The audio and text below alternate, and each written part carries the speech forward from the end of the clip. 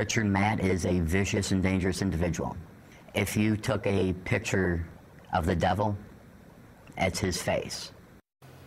He was once on the run with escaped prisoner Richard Matt, and now the one-time accomplice to murder is talking exclusively with News 4. His name is Lee Bates, and he knows what Richard Matt is capable of. After spending 16 years in prison, Bates is now concerned the escaped prisoner may be coming after him. Tonight, he sat down exclusively with News 4's George Rickert. George. That's right. Lee Bates actually agreed to come here to News 4 to speak with us on the condition that we don't show his face. He was just settling back into society after prison, and this escape by Richard Matt has him on edge. He's extremely dangerous. I've seen what he can do. Lee Bates was only 20 years old when he met Richard Matt, and Bates says he wishes he could have stopped him from torturing and killing his boss, William Rickerson, back in 1997. I'm sorry about that. I wish I could have changed what happened. Bates testified against Matt, saying that he was the primary killer. Bates still spent 16 years in prison for murder as an accomplice. He was released last August and is living back in Buffalo now. Are you concerned that he may come after you?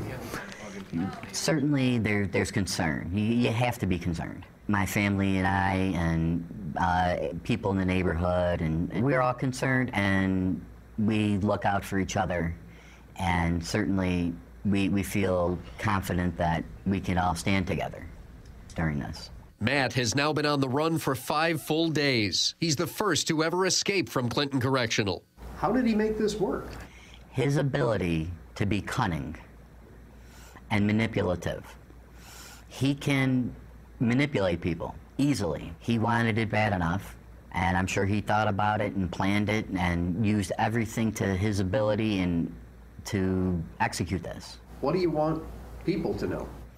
This is a dangerous man. He's dangerous, he's cruel, and like I said, he's very evil. And not only people that know him, people that don't know him in society certainly are at risk.